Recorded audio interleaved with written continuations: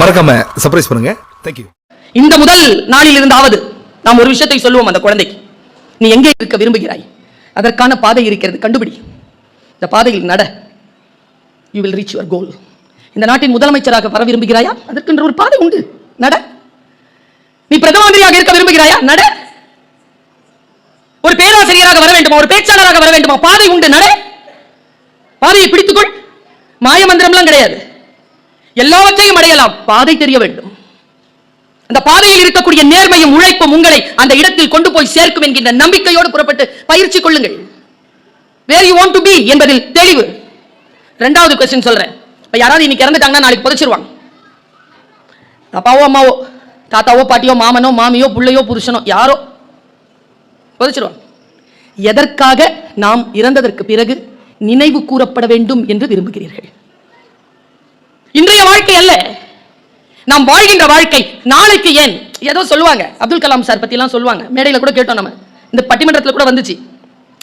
Colour கலரா ஏவுகணை விட்டாருங்க. நான் சொல்லவா, அப்துல் கலாம் என் மனதில் நிலைத்த இடம் பெறுவதற்கு ஒரே ஒரு விஷயம் தான் காரணம். அவர் அக்கினி பிருத்திவி எல்லாம் விட்டது இல்ல. அக்கினி பிருத்திவி எல்லாம் பெரிய மேட்டர். ஆக்சுவலா பொக்ரான் படிச்சு பாருங்க, பொக்ரான் வெடிச்சது இல்லையா, இந்திரா காந்தி அம்மா இருந்தாங்க அப்போ. அந்த வரலாறு படிங்க, சும்மா பட்டிமன்ற பேச்சாளர்களை கேட்டு போயிடாதீங்க, வரலாறு படிங்க. 3 மணி நேரம் எப்படி அவர் உலகத்திற்கு தெரியாமல் அதை வெடித்தார் என்றதா வரலாறு சொல்லுது. அவருடைய அக்னி சிறகுகளை படிச்சு பாருங்க, ஆத்தென்டிசிட்டியா படிங்க. அது ஒன்றுதாங்க தமிழ்நாட்டிற்கான ஒரே ஒரு அடையாளம், சிக்னேச்சர். கல்வி சிறந்த தமிழ்நாடு. இந்த உலகத்திலே இந்த தமிழ்நாடு மிக உயர்ந்த நிலையில் இருக்கிற கல்வி சிறந்த தமிழ்நாடு. நான் ஒரு விஷயத்தை சொல்றேன், பிரதம மந்திரி வர்றாருல இந்தியாவுக்கு, தமிழ்நாட்டுக்கு வந்தா அவர் சந்திக்கணும்னு நான் நினைக்கிற ஆட்கள் கல்வியாளர்கள். கல்வியாளர்களை ஒரு நாள் அவர் கண்டிப்பா சந்திக்கணும். ஏன்னா இந்தியாவிலேயே தமிழ்நாட்டை கல்வியிலே முதன்மையான மாநிலமாக நிறுத்தக்கூடிய கல்வியாளர்கள் நிறைந்த நாடு தமிழ்நாடு. வெறும் அரசாங்கத்திற்கு மட்டும் அந்த கல்வி சொந்தம் அல்ல, எத்தனையோ தனியார் நிறுவனங்கள் அந்த கல்வியை மிகச் சிறப்பாக அளித்துக் கொண்டிருக்கிறார்கள். அவர்களும் கவனத்தில் கொள்ளப்பட வேண்டியவர்கள் என்பதனை நான் சொல்லுகிறேன். அடிப்படையில் உங்கள் குழந்தை எங்கே இருக்க வேண்டும் என்று நினைக்கிறீர்கள், எதற்காக நீங்கள் நினைவு கூறப்பட வேண்டும் என்று நினைக்கிறீர்கள்? நான் எங்க அப்பாவை நினைக்கிறேங்க, எல்லோரும் தான் அப்பாவை நினைப்பீங்க, நான் மட்டும் நினைக்கிறதுக்கு என்ன? நான் ஏதோ ஒரு குறும்பு பண்ணிருக்க கூடாது, பண்ணிட்டேன். என் அண்ணன் வந்து நின்றுட்டார் 10ஆம் கிளாஸ்ல. என்ன குறும்புன்னு கேட்குறீங்களா? வெளியில் இருக்கிற பொட்டி கடையில் ஃப்ரெண்ட்ஸோட நின்று தலையில் துணி இல்லாமல் கழுத்தில் துணியை மாட்டிக்கிட்டு பன்னீர் சோடா குடித்தேன். எங்கள் அண்ணன் பார்த்துட்டார், ஒழுக்கம் இல்லாமல் ரோட்டில் சுற்றுற உனக்கு இனிமேல் படிப்பு கிடையாது. வந்து என்னுடைய சர்டிஃபிகேட்லாம் போட்டாச்சு, நடு ஹாலில் போட்டார். என்னை விட 4 வயசு பெரியவர் போட்டார். உள்ள இந்த கெரோசின் எடுத்துகிட்டு வந்து அதில் போட போகிறார். எங்கள் அப்பா ரொம்ப சாஃப்ட்டுங்க, மின்னல் மாதிரி வந்தாருங்க. வெளியில் 5 அடி தான் இருப்பார், குள்ளமாக இருப்பார் எங்கள் அப்பா. என் அண்ணன் 6 அடி, எங்கள் அம்மா உயரம். நேராக வந்து சொன்னார், என்ன செஞ்சாவ? சோடா குடிச்சா. ஓகே சரி, நான் பார்த்துக்கிறேன், இனிமேல் செய்ய மாட்டா.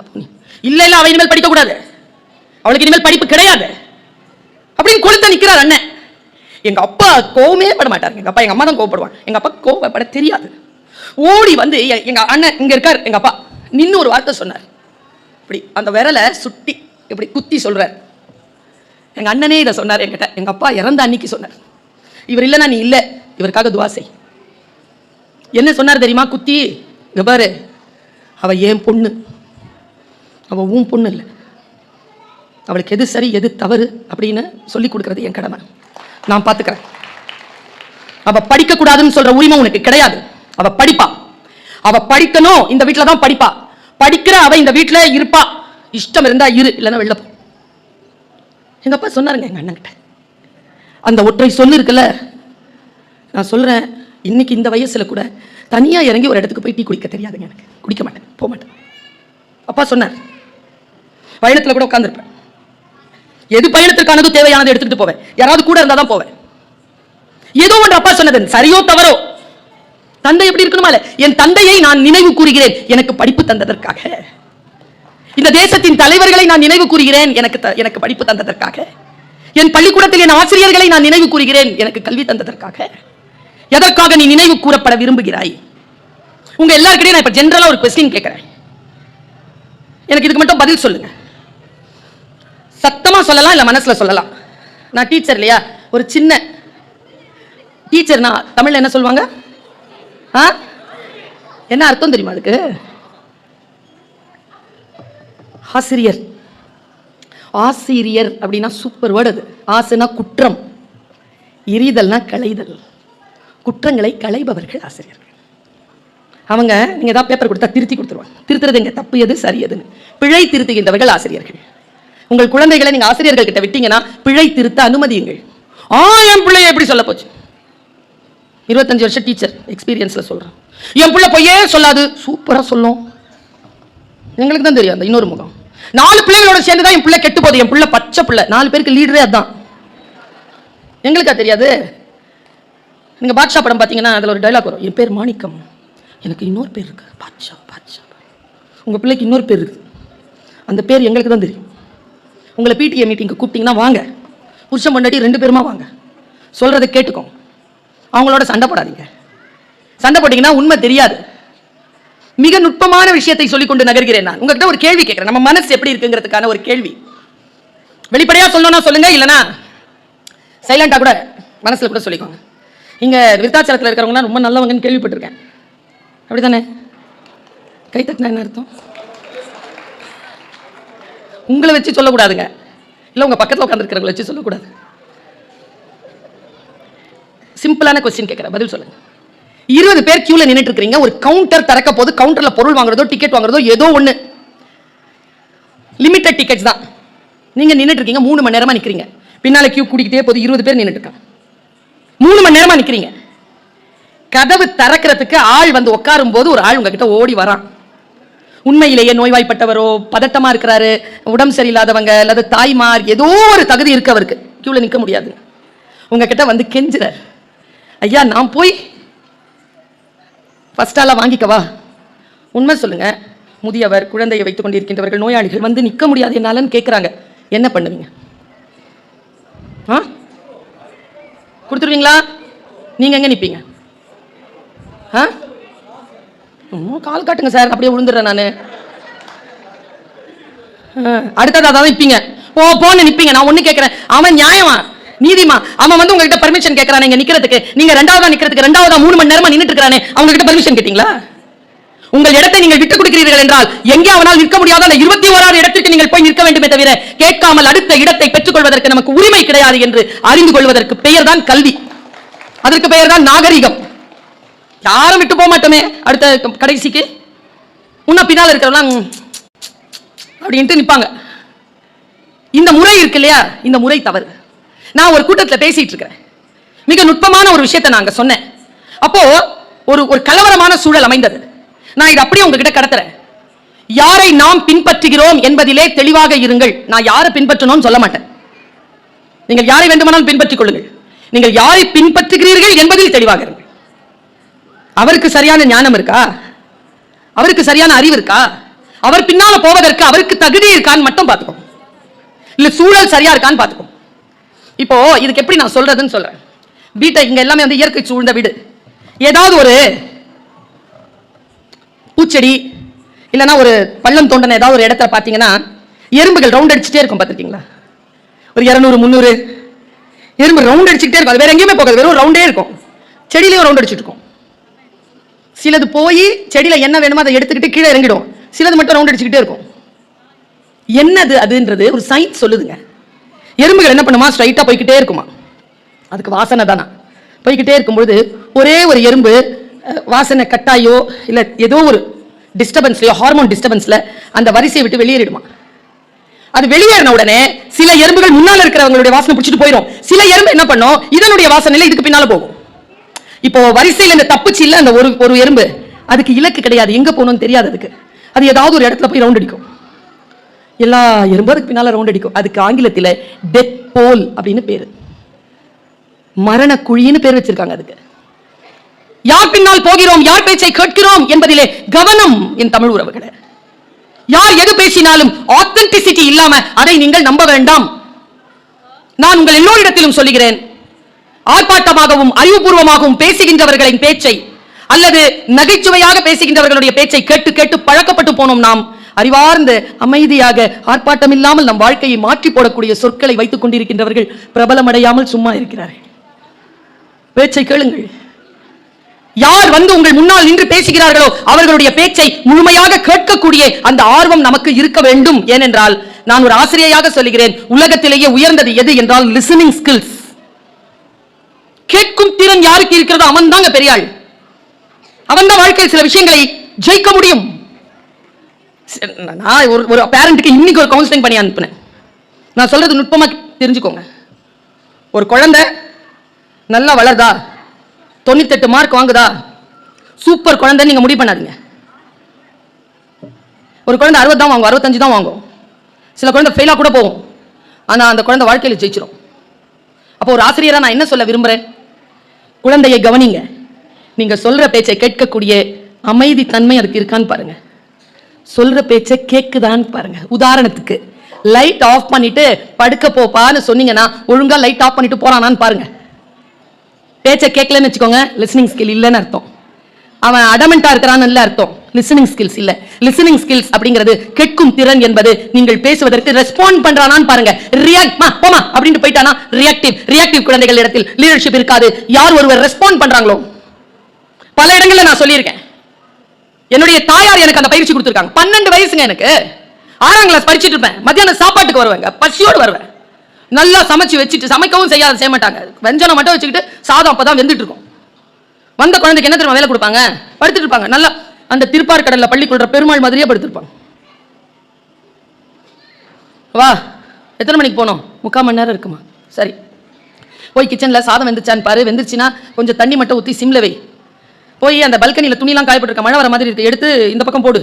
அப்புறம் கீழே போய் நடு வீட்டில் வந்து ஒரு கார்டு ஒன்று கொடுத்துருக்கேன், 625 ரூபா 70 பைசா, 1000 ரூபா கொடுத்துருக்கு, மீதி எண்ணி வாங்கிட்டு வா. அப்படியே கீழே போய் 2 குடம் தண்ணி இருக்கும், மேலே கொண்டாந்து வச்சிரு, போகும்போது லைட் ஆஃப் பண்ணிட்டு போம்பாங்க. அத்தனை வேலையும் செய்யணுங்க. 12 வயசுங்க, அத்தனை வேலையும் செய்வேன் நான். பால் மாறாம செய்வேன். 1 2 3 நாள் பால் மாறாம செஞ்சு வரதுக்கு 20 நிமிஷம். நான் அந்த மாதிரி லைனா ஆர்டிகுலேஷன்ல வேலை செஞ்சதுனால எனக்கு என்ன தெரியுமா நடந்தது பலன்? இதுவரைக்கும் எனக்கு 600 700 கம்பராமாயண பாட்டு மனப்பாடம். நீங்க பாரதிய எங்க தொட்டாலும் பேசுவேன் நான். சின்ன வயசுல யார் எப்படி சொல்லி கொடுத்தாங்களோ, யார் எப்படி, எங்க சித்தப்பா என்கிட்ட என்ன பேசினாருங்கிற ஞாபகம் இருக்கு எனக்கு. 12 வயசுல ஞாபகம் இருக்கு. எனக்கு மொத்தம் 3 சித்தப்பா, 2 பெரியப்பா, ஒரு அத்தை, எல்லாம் ஒன்று விட்டது. ஒன்று எங்களுது. எல்லாரும் வந்துருவாங்க வீட்டுக்கு மாசத்துக்கு எங்க அம்மாவை பார்க்க. எங்க அம்மாவும் போவாங்க. வந்தவங்க கிட்ட என்ன எங்க அண்ணனை எல்லாரையும் நிக்க வச்சு இதுகளுக்கு எல்லாம் ஏதாவது அறிவுரை சொல்லுங்க. எங்க அம்மா மாசம் தவறாம. அதுல ஒரு சித்தப்பாக்கு அறிவுரை சொல்லவே தெரியாது. தனக்கு அறிவுரை சொல்ல தெரியாதுன்னு அந்த சித்தப்பாவுக்கு தெரியாது. அவர் சொன்னதை கேட்டு வளர்ந்துருக்கிறேன் நான். இப்படிலாம் அறிவுரை பண்ணக்கூடாதுன்னு கத்துக்கிட்ட இடம் அது. எங்க அப்பா சொல்வார், எந்த ஒரு மனிதனையும் கடந்து போனாலும் கற்றுக்கொண்டு கடந்து போ, சும்மா கடந்து போவாத. இப்படி இருக்கலாம், இப்படி இருக்கக்கூடாது, ரெண்டுத்தையும் சொல்லி கொடுத்துருவாங்க அவங்க. கற்றுக்கொண்டு. நான் என்னுடைய பேப்பர் கொண்டு வந்து, என்னுடைய PhD பேப்பரை அந்த அட்டையில போட்டு கொடுப்பாங்க, ப்ளூ அட்டையில என்னுடைய டிகிரி அப்பாட்ட கொண்டாந்து கொடுக்குறேன். எங்க அப்பா இப்படி எந்திரிச்சு உட்காந்து பார்த்துட்டு சொன்ன வார்த்தை என்ன தெரியுமா? இயற்கையில் கலந்திருக்கிறார், இறைவனுடைய அந்த அருளிலே இளைப்பாரி கொண்டிருக்கிறார். அவர் சொன்ன வார்த்தை சொல்லிட்டானா, நீ நம்ம குடும்பத்தில் பிறந்துட்ட, இந்த அளவுக்கு நிறைய குழந்தைகள் வர்றதில்லை, உன்ன மாதிரி படிக்கவே முடியாம அங்கங்க தவிச்சு கிடக்கிற அத்தனை குழந்தைகளுக்காகவும் சேர்த்துதானம்மா நீ படித்திருக்கிற, கொஞ்சம் கவனம், முடிஞ்சா முன்னேற்று அவங்களையும். இது எங்க அப்பா சொன்னதுங்க. இதை வச்சு வேலை வாங்கிக்கோ, பர்மனன்ட் ஆயிடு, காசு சம்பாதிச்சுன்னு சொல்லவே இல்லை. எதை சொல்கிறோம் நம் குழந்தைகளுக்கு? நான் இப்படி யோசித்து பார்க்கிறேன். எங்கோ ஒரு விஷயத்தில் நாம் சொன்ன சில விஷயங்கள் எங்கோ ஒரு விஷயத்தில் நமக்கு சில விடுதலை உணர்வை தந்திருக்கிறது. நான் இந்த ஒரு விஷயத்தோட நான் நிறைவு செய்கிறேன். 1 மணி நேரம் முடிய போகிறது. எனக்கு நாளைக்கு காலேஜ் 7:45 காலேஜ், 6 மணி நேரம் பயணம். லீவ் போடுங்கிறீங்களா? என்னவா சார்? ஆனால் உண்மையா சொல்றேங்க, இவ்வளவு பேரன்பு கொண்ட மக்கள், பேச்சை கேட்பதற்காக இருக்கக்கூடிய மக்கள் இந்த உலகத்திலேயே தமிழ் சமுதாயம் தவிர்த்து வேற எங்கும் இருப்பதாக எனக்கு தெரியலைங்க. எனக்கு தெரியல. வாழ்க்கை நமக்கு சில விஷயங்களை பாடமாக சொல்லும். சொல்லுகின்ற பாடங்களை நாம் ஏற்றுக்கொள்கிறோமா அல்லது மறுத்து போகிறோமா? கவிக்கோ அப்துல் ரஹ்மான் அவர்களுடைய கவிஞர்களின் கவிஞன் அப்படிங்கிற தலைப்பில் ஒரு ஆவணப்படம் நாளை மறுநாள் வெளியிட வருகிறது. கவிகளின் கவி என்கின்ற தலைப்பில் நான் பேசுகிறேன். நான் வாசிக்கிறேன், விஷயங்களை வாசிக்கிறேன். ஒரு பெரிய அறிவாளியின் ஞான கவிஞனுடைய வார்த்தைகள் நம்மை வழிபடுத்துவதை நான் உணர்ந்து சிலிர்த்து போகிறேன். வாசிக்கின்ற பழக்கத்தை மேற்கொள்ளுங்கள். இந்திய நாட்டின் பிரதம மந்திரி திரு மோடிஜி அவர்கள். கொள்கை ரீதியாக எனக்கு அவருடைய கட்சி சார்பிலே நான் வேறுபட்டு நிற்கிறேன். ஆனால் ஒரு பிரதம மந்திரியாக அவர் இருப்பதனால் இந்த நாட்டின் குடிமகளாக நான் அவரை மரியாதை செய்கிறேன், அவரை நான் ஏற்றுக்கொள்கிறேன். அந்த தெளிவு எனக்கு உண்டு. யோசிச்சு 2 விஷயம் பெற்றோர்களுக்கு சொல்றாருங்க மோடிஜி. ஆச்சரியமா இருந்தது எனக்கு. அடே அப்பா, 50,000 பிள்ளைகளுக்கு பேசினாருங்க அன்னைக்கு ஆன்லைன்ல. ஒரு 2 பாயிண்ட் மட்டும் சொல்றேன். பத்திரிகையில ஆங்கிலத்தில் வந்திருந்தது அவருடைய பேச்சு. பெற்றோர்களுக்கு 2 பாயிண்ட் சொல்றார். வேணுமா? சொல்றார். பெரிய விஷயம், கவனம். உங்கள் குழந்தைகளின் மார்க் கார்டு இருக்குல்ல, மார்க் வாங்க, that is not your visiting card. இந்த ஃபர்ஸ்ட் மார்க் வாங்குற அம்மா, குழந்தைகளுடைய அம்மா அப்பா, ஐயோ என் புள்ள தான் ஃபர்ஸ்ட். நம்ம புள்ள நம்ம மூணு சப்ஜெக்ட்ல ஃபெயில் ஆயிருக்கும். நம்ம கேட்டுட்டு இருப்போம். அந்த குழந்தையினுடைய தாய்க்கும் அந்த குழந்தையினுடைய மார்க் கார்டுக்கும் ஒரு சம்பந்தமும் இல்லைங்கிறார். அதை வச்சுக்கிட்டு உன்னுடைய விசிட்டிங் கார்டாக மாத்தாத, அடுத்த குழந்தைகளுக்கும் அடுத்த குழந்தைகளின் பெற்றோர்களுக்கும் அது வலியை தரும் என்று பேசுகிறார். பாப்பா இந்த என் பிள்ளைக்கு இது இருக்குது, என் பிள்ளை இவ்வளவு கப்பு வாங்கி இருக்குது, என் பிள்ளை இவ்வளவு முன்னால அவங்க பாராட்டுவாங்க. ஆனால் அவர்கள் வீட்டு குழந்தைகள் எவ்வளவு பாதிக்கப்படும் தெரியுமா? இப்பதான் போயிட்டு வராங்க வீட்டுக்கு. அவன் புள்ள, அவன் படிக்கான், நீ படிக்கிறியா?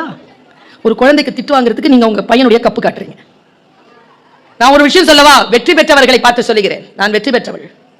வெற்றிகளை ஒருபோதும் கொண்டாடாதீர்கள். வெற்றியை பொறுப்புணர்ச்சியாக மாற்றிக்கொள்ளுங்க. இப்ப பர்வீன் சுல்தானா நல்லா பேசுவாங்க. அதை வச்சுக்கிட்டு இங்க நான் விளையாடிட்டு போக முடியாது, கொண்டாடிட்டு போக முடியாது. நான் என்ன பண்ணணும்? நியாயம் பண்ணணும். It is a responsibility. நல்லா பேசுவாங்கன்னு சொல்றது ரெஸ்பான்சிபிலிட்டி. அந்த ரெஸ்பான்சிபிலிட்டியோட நான் பேசணுமே தவிர கொண்டாடிட்டு போயிடுவதற்கு ஆன ஆட்கள் வாழ்க்கையில் நிலைத்து நிற்பதில்லை. 10ஆவதுல முதல் மார்க் வாங்குறவங்கள ஆக கொண்டாடி தீத்துறீங்களா? +2ல எங்க போறாங்கன்னு தெரியல. +2ல கொண்டாடி தீத்துறீங்களா? ப்ரொஃபஷனல் கோர்ஸ்ல எங்க போறாங்க? 15 வயசு பிள்ளை கிட்ட போய் இந்த நாட்டில் உள்ள அனைத்து மாணவர்களுக்கும் நீங்கள் என்ன சொல்ல விரும்புகிறீர்கள்? என்ன சொல்லும்? அதுக்கு என்ன சொல்லும் அதுன்னு நான் கேட்கிறேன். நம்முடைய விஷயங்கள் தான். பிரதம மந்திரி சொல்றார், your words mark card are winning cards are not your visiting cards சொல்லிட்டாரா? 2வது விஷயம் சொன்னார், சூப்பர். ரீல்ஸ் பார்க்காதீர்கள். பிரதம மந்திரி கைத்தட்டல் எல்லாம் மற்றவர்கள் பார்ப்பதனால் பாதிக்கப்பட்டவர். இந்த ஆம்பளைங்க இருக்காங்களே, இப்போ பொம்பளைங்களாம் அப்படி ஆயிட்டு வருதா? நான் இவ்வளவு மோசமா இல்லை. பாத்ரூம்க்கு கூட ஏன் கொண்டு போறீங்க? பதில் இருக்கா உங்ககிட்ட? ஒரு போலீஸ்காரரை பார்க்குறேன் நான் டியூட்டி நேரத்தில் பேசிட்டு இருக்காரு. நான் கூப்பிட்டு கேட்டேன், சார் என்ன சார் உங்களுக்கு அவ்வளோ அவசரம்? சிக்னலில் நின்றுட்டு ஃபோனில், மேடம் ஏசி பேசுகிறாரு மேடம், வேற யாரையாவது நிறுத்திட்டு நீங்கள் போய் அங்கே பாருங்க சார். Okay okay madam. எப்போ பார்த்தாலும் அந்த மொபைலை வச்சுக்கிட்டு பாத்ரூம். நான் கேட்டேன், ஒரு சைக்காட்ரிக் கிட்ட கேட்டேன், இந்த ஆண்கள் ஏன் பாத்ரூம் போகும்போது கூட இதை எடுத்துகிட்டு போகிறாங்க சார்? சொன்னார், அதுவா மேடம், இப்போ ஒரு சிண்ட்ரோம் வந்திருக்கு மேடம். என்ன சிண்ட்ரோம்? பயமா, தனியாக போக. நான் சொல்லவா, நீங்க தனியா போக பயம் இல்ல, இதை தனியா விட்டுட்டு போக பயம். கரெக்டா பிடிச்சிட்டேனா? நான் இது பல தடவை சொல்லியிருக்கேன். எங்க காலேஜ் வாசல்ல ஒரு பொண்ணு அடிபட்டு விழுந்துருச்சு, மயங்க வர போகுது. அதுக்கு உங்க அப்பா ஃபோன் பண்ணி கொடுன்னு கேட்குறேன். மொபைல் எடுக்க விட மாட்டேங்குது. நான் எடுத்துட்டேன். பாஸ்வேர்டு அது அரை மயக்கத்தில் இருக்கு. பாஸ்வேர்ட் கொடு அப்படின்னு அது பாஸ்வேர்ட் போடுதுங்க. நான் அவ்வளோ படித்தவங்க. அது மயங்கி இங்கே வந்துச்சுன்னா மறுபடியும் அது லாக் அடிச்சுனான்னு ஃபோன் பண்ணுறதுக்கு அது பாஸ்வேர்டை பார்க்குறேன். அப்படி மறைச்சி போட்டா பாருங்க பாஸ்வேர்டு. சூன்யம் வைக்கிறவங்க அந்த ஒரு நட்சத்திரம் போட்டு அதுக்குள்ளே என்னென்னமோ அப்படி போடுதுங்க பாஸ்வேர்டை. கள்ளத்தனம். என்ன அவ்வளோ கள்ளத்தனம் வந்துருச்சு நமக்கு? எங்க இருந்தது இதெல்லாம்? நம்ம கிட்ட இல்லையே. ஒரு காலகட்டத்துக்கு இதெல்லாம் இல்லையே. என்னுடைய மகன் என்னிடத்தில் சொன்னான், அம்மா உன்னை போல் ஒரு பெண்ணை முடிந்தால் கண்டுபிடித்து என் வாழ்க்கை துணையாகத்தான். அங்கே நான் ஒரு பெற்றோராக ஜெயித்தேன் என்று நான் கருதுகிறேன். எல்லா விஷயங்களும் வெளியில தான், வீட்டுக்கு போனா அம்மா தான். இந்த உணர்வு பெற்றோர்களுக்கு வர வேண்டும். பெற்றோர்களை உங்களுக்கு சொல்லுகிறேன், நீங்கள் உங்கள் குழந்தைகளுக்கு வாக்குறுதி தராதீர்கள். வாக்குறுதி தந்தால் அதை நிறைவேற்றுங்கள். தயவு செஞ்சு வாக்குறுதி தந்துராதீங்கிறது தான் என்னுடைய ரிக்வெஸ்ட். எந்த வாக்குறுதியும் தர, நான் இதை செய்வேன், இதை வாங்கி தருகிறேன் என்று சொன்னால் வாங்கி தந்துருங்க. அப்படி வாங்கி தந்து தான் குட்டிச்சோராக்கி இருக்கிறீர்கள். வாக்குறுதியை தராதீர்கள் என்கிறேன் நான். ஒரு சுதந்திர உணர்வை குழந்தைகளுக்கு கொடுங்க. சுதந்திர உணர்வு என்பது என்ன தெரியுமா? நான் பேசினதை ஒரு வேளை கேட்டிருந்தால் நினைவுபடுத்திக் கொள்ளுங்கள். புதிதாக கேட்க வேண்டும் என்றிருந்தால் கேட்டுக்கொள்ளுங்கள். எங்க காலேஜ்ல நான் ஏன் அதே காலேஜ்ல அவ்வளோ நேரம் நான் ரொம்ப நேசிக்கிறேன் எங்க காலேஜ் அப்படின்னா, அங்க இருக்கிற அந்த உணர்வு வந்து ரொம்ப ஒரு தாய் கர்ப்பத்தில் இருக்கக்கூடிய அந்த உணர்வு போல் இருக்கும் எனக்கு. எங்க காலேஜ்ல எங்க தலைவரா நிறைய பேர் இருந்தாங்க. நான் என்னாலும் மறக்காத ஒரு தலைவர் இருந்தார். அவர் போன வருடம் இறந்துட்டார். 86 வயசு இருக்கு. அவர் பேர் பத்மபூஷன் மூசா ரசா. என்னிடத்தில் அமர்ந்து பேசுவார், இலக்கியங்களை பேசுவார். என்கிட்ட உட்காந்து உருது இலக்கியங்களை பேசுவார். எனக்கு உருது இலக்கியம் தெரியும் என்பதற்காக. அவர் அன்னைக்கு பேசிட்டு இருக்கும் பொழுது அவர் ரொம்ப டிராமட்டிக்கா சொன்னாருங்க அந்த விஷயத்தை. அதை எடுத்து ஒரு புக்கை போட்டார். இதில் எழுதியிருக்கேன், முடிஞ்சா படிச்சுக்கோனாரு. படிச்சும் பார்த்தேன், அவருடைய பர்ஃபார்மன்ஸையும் பார்த்தேன். மற்ற யாருக்குமே அந்த பாக்கியம் கிடைக்கல. கூட 2 ஸ்டாஃப் இருந்தாங்க, அதுவும் ஆஃபீஸ் ஸ்டாஃப் தான். நான் ரசித்த அளவிற்கு அவர்கள் ரசித்தார்களான்னு எனக்கு தெரியாது. யானைக்கு இனிக்கிற கரும்பு தானே எறும்புக்கும் இனிக்கிறது. சில நேரங்களில் எறும்புக்கு அது இனிக்கவில்லை என்றால் அப்படிதான் நான் நினைக்கிறேன். பாருங்க, அவர் உட்கார்ந்துட்டு ஒரு சண்டையை பேசுறாருங்க. அவர் வாழ்ந்த காலத்துல அந்த வடநாட்டுல பறவைகள் சண்டை நடக்குமா, பட்டுக்குருவி சண்டை. அந்த பட்டுக்குருவி சண்டையில பெரிய பெரிய நவாபுகள் கலந்துக்குவாங்களாம். 1987 கலந்துக்கும் பொழுது ஒரு சின்ன ஒரு பட்டு துணியை விரிச்சு 2 பட்டுக்குருவி அப்படி சண்டை போட வைப்பாங்களாம். நமக்கு இங்க கோழி சேவல் சண்டை நடக்கல அப்படி. அந்த பட்டுக்குருவி அழகா இருக்குமா, இத்தினூண்டு இருக்குமா, வர்ணத்துல அதுக்கு தலையில கொண்டா இருக்குமா, 2ம் மோதிக்குமாங்க. அது நடத்து வரும்போதே எல்லாரும் காசு போடுவாங்களா. அதுக்கு ஒரு குருவியினுடைய விலை 1 லட்சம் ரூபாய். ஜெயிச்சிருச்சுன்னா 5 லட்சம் ரூபாய். லட்சம்ங்க. 1987 நவாபுகள் கொண்டு வருவாங்களாம் அந்த அந்த குட்டி பறவையை கொண்டு வந்து அப்படி விடுவாங்களாங்க. அப்படிங்கிற ஒரு சத்தம் கேட்குமா, அப்படி விடுவாங்களாம். அந்த அந்த குருவி இப்படி நடக்குமாங்க, இப்படி பார்க்குமா, பார்த்தாலே காசு போடுவாங்களா எல்லாரும். ஏன்னா அப்படி கம்பீரமா இருக்குமா. 2ம் சண்டை போட்டுக்கிட்டு ஒரே கொத்து எகிரி அடிக்குமா. ஒரு பறவை, அந்த பறவை இன்னொரு பறவை குத்து வாங்கிட்டு இப்படி உட்காந்துருமா. இதுக்கு மேல குத்து வாங்க முடியாதுங்கிறத உட்காந்துருமா. இப்படி உடனே என்ன பண்ணுவாங்களாம், தோத்துருச்சுன்னு அனௌன்ஸ் பண்ணுவாங்க. தட்டி பார்ப்பாங்களாம், அது அசையாது. உடனே என்ன பண்ணுவாங்களாம், அதுக்கு எடுத்து தண்ணி கொடுப்பாங்களாம். அந்த கீழே விழுந்த அந்த குருவிக்கு. ஜெயிச்ச குருவி இருக்குல்ல, அது என்ன பண்ணுமா, கற்றுக் கொடுத்துருக்காங்க அதுக்கு. அப்படி திரும்பி அப்படி ஒரு பார்வை பார்க்குமா, எல்லாரும் காசு போடுவாங்க. நடந்து போவாங்க. அப்படி போன உடனே நம்ம பட்ட மளிப்பு விழாலெல்லாம் அந்த இது கொடுப்பாங்கல்ல, கவுன், அப்படி ஒரு கவுன் கொடுப்பாங்களா. அதுக்கு பெரிய ஒரு தங்க மாலை சின்னதாக அப்படி போடுவாங்களாம். ஒரு தங்க குண்டு கிவி பழத்தை கொடுத்து அதில் போய் அதை அப்படி உட்காருமாங்க. உட்காந்து எல்லாரும் இப்படி பார்க்குமா. தோத்த குருவி இருக்குல்ல, அதை வந்து அந்த ஓனர்கிட்ட இருந்து பிடுங்கிடுவாங்களாம். பிடுங்கிட்டு அந்த ஓனர் இனிமேல் 5 வருஷத்துக்கு டோர்னமெண்ட்டில் கலந்துக்க முடியாது அப்படின்னு சாப்பா குத்தி ஒரு சர்டிஃபிகேட் கொடுத்துருவாங்க. கொடுத்துட்டு ஒரு காப்பியை ஃபைலில் போட்டுருவாங்க.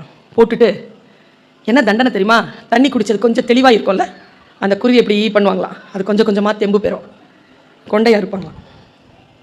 கொண்டையை அறுத்துட்டு ஜன்னல் அப்படி காட்டுவாங்களாம், பறந்து போயிடுமா. மூசா ரசா அப்படி எழுதி முடிக்கிறார் அந்த கட்டுரையில். ஒரு குருவியை தோற்கடித்து தான் ஜெயித்துவிட்டு தங்க கூண்டை பரிசாக பெற்றுக்கொண்டு பட்ட இளவரசன் போல உள்ளே உட்கார்ந்த அந்த பட்டுக்குருவிக்காக நான் வருத்தப்படுகிறேன்.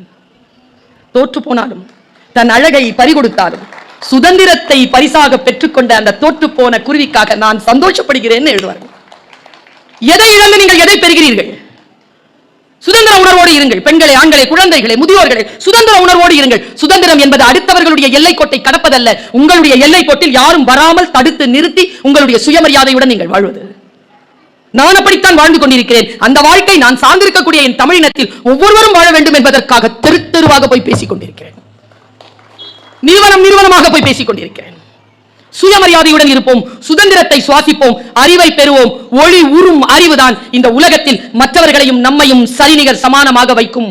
சுயமரியாதை என்பது மற்றவன் என்னை விட உயர்ந்தவன் இல்லை என்று சொல்லுவது மட்டுமில்லை, நான் யாரையும் விட உயர்ந்தவன் இல்லை என்கின்ற உணர்வோடு அடுத்த கட்டத்திற்கு உயர்கின்ற மனிதத்துவம் தான். அந்த மனிதத்துவத்தை தரக்கூடிய கல்வியை போற்றுவோம். உங்கள் அத்துணை பேருக்கும்